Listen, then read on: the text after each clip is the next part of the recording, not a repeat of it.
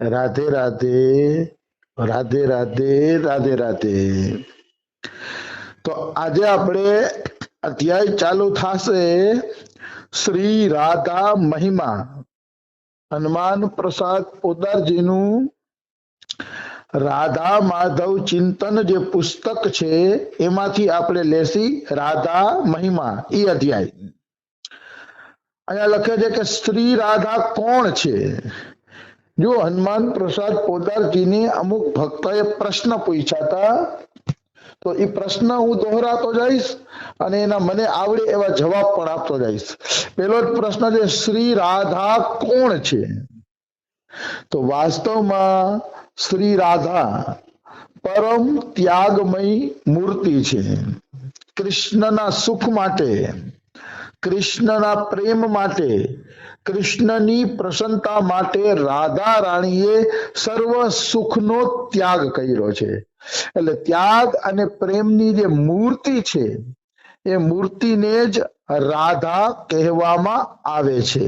એ જ છે રાધા રાણી, ત્યાગમય મૂર્તિ, પ્રેમમય મૂર્તિ, એમાં સ્વાર્થની લેશ માત્ર પણ ગંધ નથી, એનું નામ છે રાધા। એટલે આ રાધાજી છે। પછી બીજો પ્રશ્ન છે, શ્રી રાधा का अस्तित्व सत्य है या कवि कल्पना मात्र?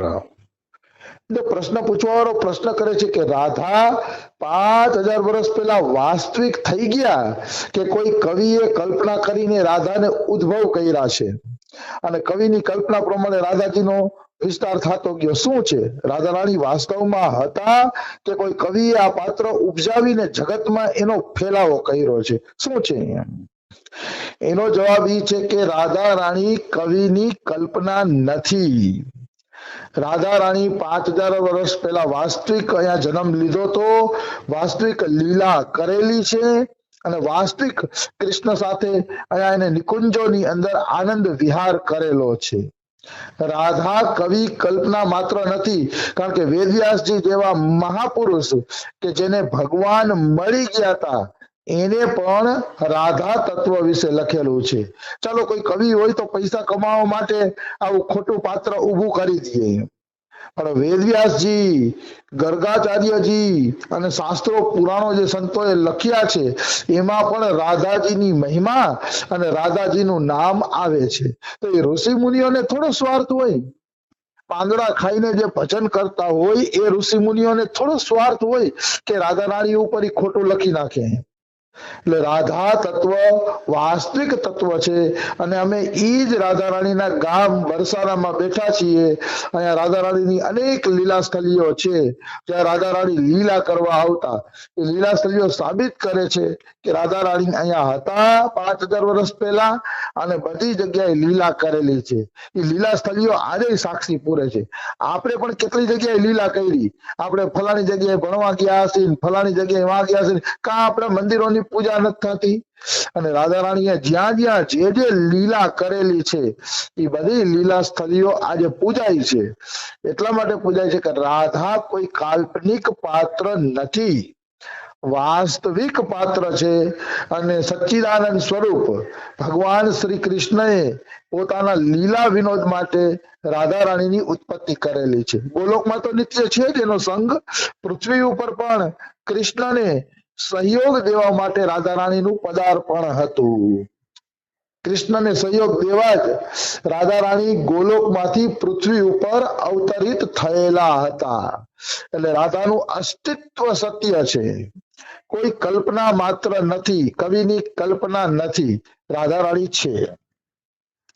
પછી એના પછીનો પ્રશ્ન પૂછાય છે, રાધાજીનું સ્વરૂપ નિત્ય, અનાદિ, અનંત, એકરસ છે કે સાધન જગત અથવા કલ્પના જગતમાં એનો ધીરે ધીરે વિકાસ થયો છે? શું છે?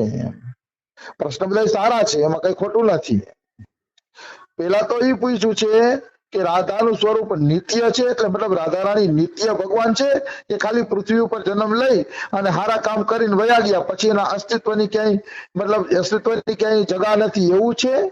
કે વાસ્તવમાં રાધા રાણી નિત્ય છે, અનાદિ? અનાદિ એટલે આદિ અનાદિ, સૃષ્ટિની પહેલા રાધા રાણી હતા કે નતા? એમ એવું છે, અનંત છે રાધા રાણી, એટલે અનંત રૂપોમાં રાધા રાણી વિલાસ કરે છે કે એક રસ છે? પેલા તો હવે આ પ્રશ્નની અંદર પ્રશ્ન ઉત્પન્ન થયા, રાધાનું સ્વરૂપ નિત્ય છે? તો હા, એ કહી શકાય નિત્ય છે, કારણ કે રાધા રાણી આદિ અનાદિ હતા, ક્યારેય મર્યા નથી, આગળ પણ મરશે નહીં. નિત્ય છે અને આદિ અનાદિ છે. આદિ અનાદિ એટલે આ બધી જીવ સૃષ્ટિ ઉત્પન્ન થઈ એ પેલા કૃષ્ણ ભગવાન માંથી રાધા રાણી ઉત્પન્ન થતા, બ્રહ્મ વૈવર્ત પુરાણ અનુસાર. એટલે રાધા રાણી નિત્ય છે, ક્યારેય મરતા નથી, કૃષ્ણ સાથે અનંત કાળથી લીલા કરી રહ્યા છે અને અનંત કાળ સુધી લીલા કરતા રહેશે. રાધા રાણી નિત્ય છે. અનાદિ એટલે બધાના આદિ છે, જીવ સૃષ્ટિ પહેલા રાધા રાણી હતા. અનંત, રાધા રાણી અનંત છે, એટલે કે જેટલા આત્મા, કીડીથી માંડીને હાથી સુધી જેટલા આત્મા છે પ્રાણીઓની અંદર, એ બધા આત્મામાં શ્રીમતી રાધા રાણી બિરાજમાન છે. એટલે રાધા રાણીને અનંત કીધા છે. અનંત માને અનંત જીવ સૃષ્ટિ છે, અનંત બ્રહ્માંડો છે, અને એ બ્રહ્માંડોના અનંત જીવો છે, એ બધામાં રાધા રાણી રહેલા છે. અને રાધા રાણીને અનંત કીધા. રાધા રાણી કોઈ છોકરી જ નથી, ખાલી અનંત બ્રહ્માંડમાં જે ચેતન તત્વ છે, જે ચેતન તત્વ આપણે જીવન પૂરું પાડે છે, ચેતન તત્વ રાધા રાણી છે.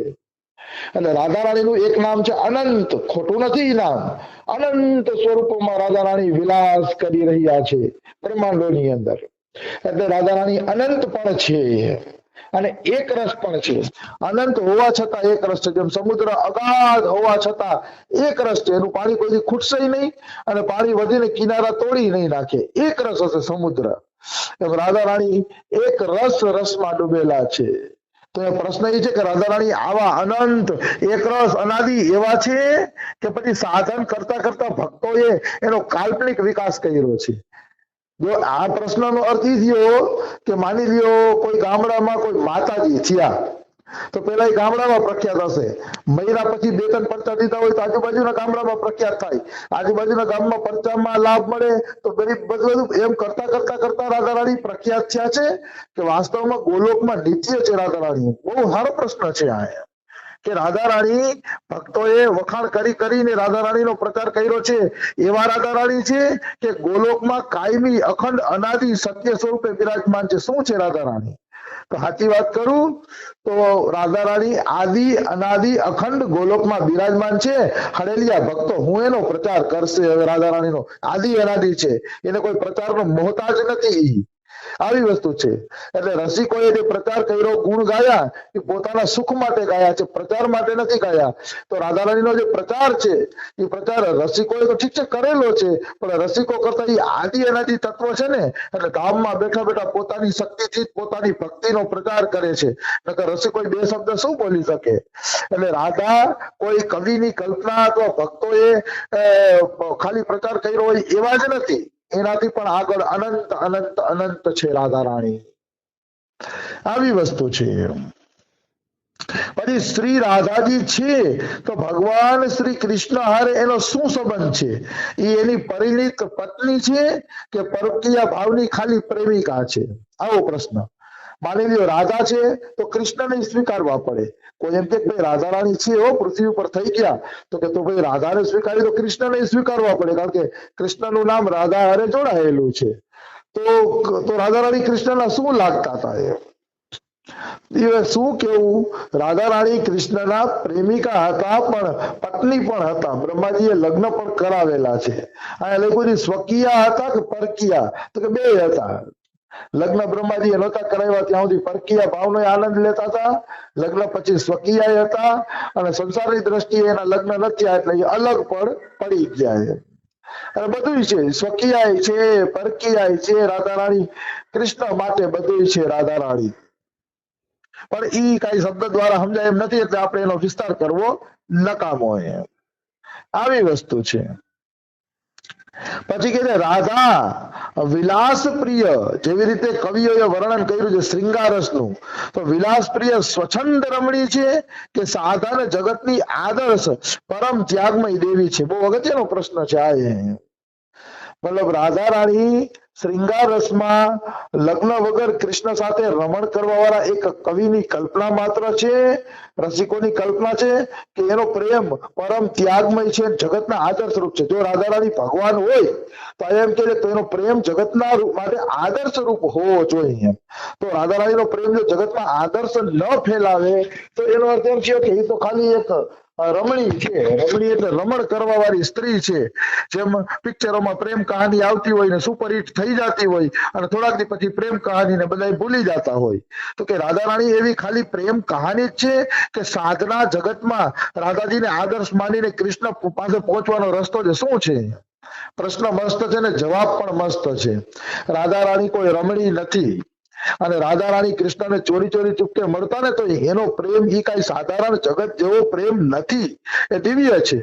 વાસ્તવમાં રાધા રાણીનો અવતાર એટલે જ થયો હતો કે કૃષ્ણને તત્સુખી ભાવે કેમ પ્રેમ કરવો, જે કૃષ્ણની સાધના કરે છે ને ભક્તોના આદર્શ માટે જ રાધા રાણીનું પ્રાગટ્ય હતું. 100% રાધા રાણી સંસારમાં એટલે જ આવ્યા હતા કે એ દેખાડી શકે કે ભગવાનને પ્રેમ કરવો હોય તો કેવો ત્યાગ હોવો જોઈએ, ભગવાનના પ્રેમમાં કેવી દશા હોવી જોઈએ જીવની, એ દેખાડવા માટે શ્રીમતી રાધા રાણીનું પ્રાગટ્ય છે. એટલે રાધા રાણી તો એક આદર્શ રૂપે જ ધરતી ઉપતો. પણ અહીંયા પ્રશ્ન થાય કે આદર્શ રૂપે આવ્યા તો કૃષ્ણને ચોરી ચોરી કેમ મળતા હતા, કૃષ્ણ માટલા ફોડતા હતા, ચીરણ લીલા કરી, તો એમાં હું રાધા રાણીનો કોઈ આદર્શ સ્થાપના છે એમ? તો કે હા, બધામાં આદર્શ સ્થાપના છે.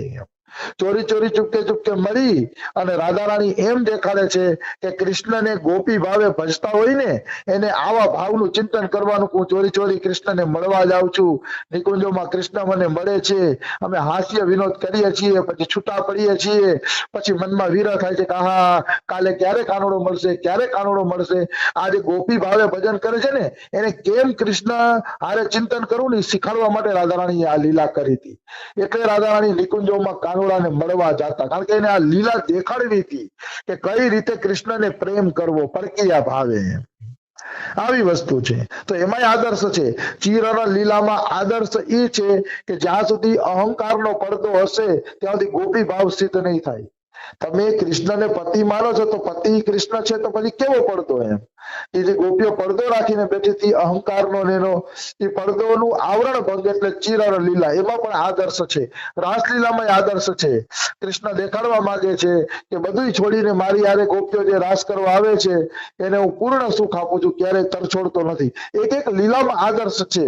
પણ એ આદર્શ ક્યારે દેખાશે? ત્યારે તમે રાધા કૃષ્ણને અતિશય શ્રદ્ધાથી જોશો. ખાલી આ બધા આલિયા મવાલિયા જેમ રાધા રાણીનું મૂલ્યાંકન કરતા હોય ને એના દ્વારા તમે રાધા તત્વને નહીં સમજી શકો. રાધા તત્વ તો એને જ એ જ સમજાવી શકશે કે જે રસિક છે, જે રાધા રાણીનું ભજન કરે છે અને એના નિષ્કામ પ્રેમ ઉપર જેનું ચિંતન મનન અને ભજન છે, એ જ વાસ્તવમાં રાધા તત્વ ઉપર બોલી શકે છે, બાકી કોઈ બોલી શકતું નથી. રાધા રાણી તો આદર્શ હતા. તમે જુઓ કૃષ્ણ ભગવાન જાતા હતા ગોકુળ છોડીને તો કૃષ્ણએ કીધું કે હે રાધા તમે છે ને આસુડા ન પાડતા, નહીતર હું જ્યાં કામ કરવા જાઉં છું ને ત્યાં કામ નહીં કરી શકું, અસુરોને મારી નહીં શકું, તમે આસુડા ન પાડતા.